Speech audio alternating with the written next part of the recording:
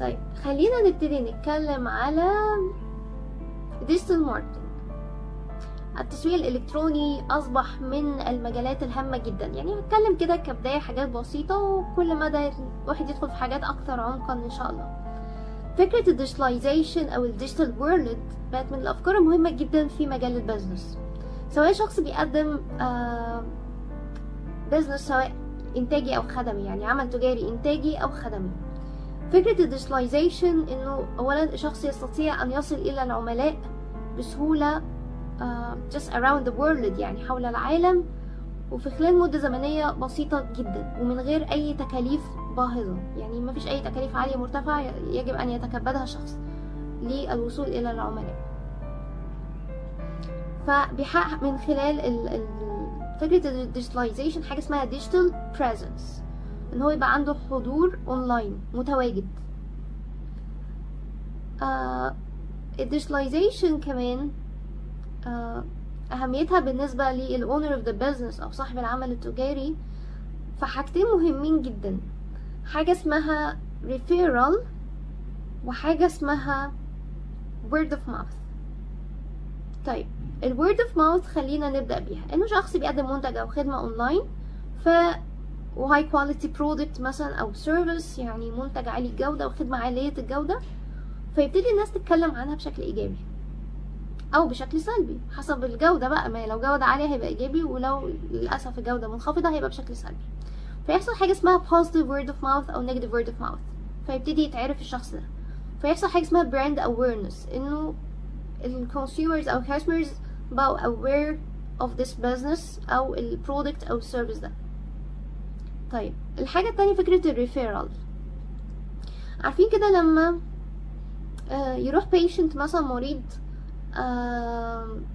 لإنترنست اللي هو الطبيب الباطني مثلا، فيحيله إلى طبيب مثلا أكثر تخصصا في مجال مثلا، يعني مثلا الشخص ده عنده أي gastrointestinal diseases أو أمراض جهاز هضمي، فيوديه مثلا لحد متخصص في الجهاز الهضمي، أو إنه مثلا الشخص محتاج سايكايترست طبيب نفسي. نفس الفكرة بتحصل في البيزنس بس بشكل مختلف، انه مثلا حد يكون قال لي مثلا ان هو بيدور على برودكت او سيرفيس معينة او منتج او خدمة معينة ومش عارف يجيبهم منين، فبالصدفة كده الاقي في بيزنس بيقدم او عمل تجاري ما بيقدم المنتج او الخدمة اللي بيبحث عليها عنها شخص، فاروح عامله له تاج، خد بالك انه اهو اللي انت كنت بتدور عليه موجود دلوقتي. فده ما بيتحققش الا من خلال الديجيتاليزيشن، زمان ما كانش فيه القصة دي كلها. طيب البيزنس اونر ممكن هو اوبريت في حاجه من الاثنين، في حاجه اسمها الماركت بليس وحاجه اسمها ماركت سبيس. الماركت بليس ان شخص يبقى عنده ريل ستور مثلا، عنده محل حقيقي، يعني ريل لوكيشن، موقع حقيقي للبيزنس بتاعه، حاجه فيزيكال، حاجه واقعيه، مش حاجه فيرتشوال، مش حاجه افتراضيه اونلاين. دي بقى فكره الماركت سبيس، ان شخص ما عندوش ستور حقيقي، ما عندوش محل حقيقي، هو كل شغله اونلاين بس. في ناس بيحبوا يفضلوا الاثنين، انه يعمل الاثنين، يبقى موجود في الماركت بليس ويكون متواجد كمان في الماركت سبيس. وفي ناس تانية بيفضلوا ان هما يكونوا في الماركت سبيس عن الماركت بليس، يقولك مش هتكلف تكاليف جامدة خالص، التكاليف هتكون اقل بكثير، يمكن ما يكونش فيه تكاليف نهائيا.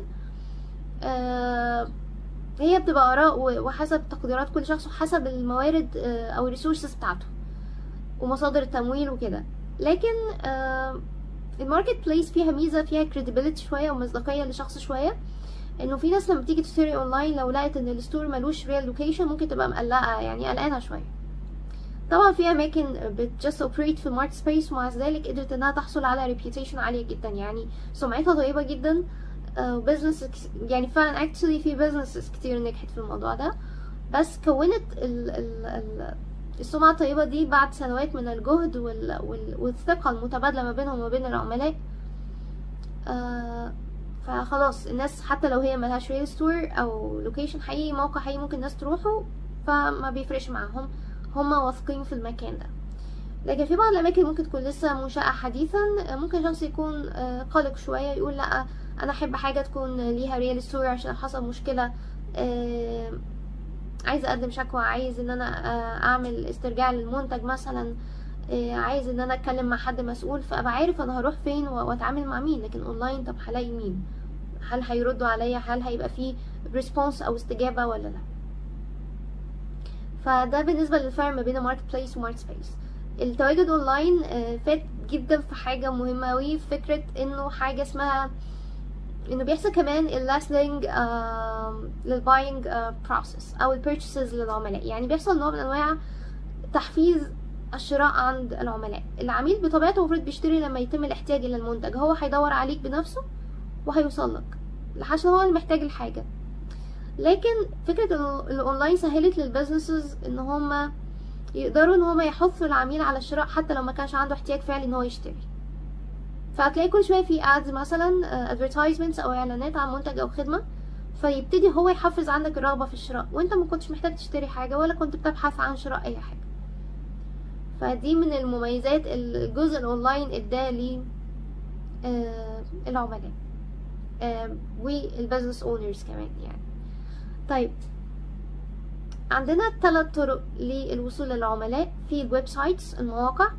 عندنا حاجة اسمها الموبايل فونز، الابس، الابليكيشنز، التطبيقات المختلفة على الموبايلات. وهنلاقي كمان في سوشيال بلاتفورمز او منصات الاجتماعية المختلفة اللي طبعا كلنا عارفينها، فيسبوك وانستجرام وتيك توك، فيها حاجات مختلفة كتير. فاصبح الوصول للعميل سهل جدا. الحاجة التانية ان يتعرف معلومات كتير عن المنتج والخدمة، حتى بما فيها يعني حتى الجزء الاونلاين بيستخدم علشان يتعرف الستور اللوكيشن بتاعه فين، عشان يتعرف مثلا هو بيفتح امتى، بيتم اغلاقه امتى، الورك ديوريشن قد ايه، مدة العمل قد ايه. فحتى provide الكونسيومر بمعلومات خاصة بيه حتى الريال ستور نفسه اونلاين. دي مقدمة بسيطة جدا، خليكم معايا في الفيديو التاني.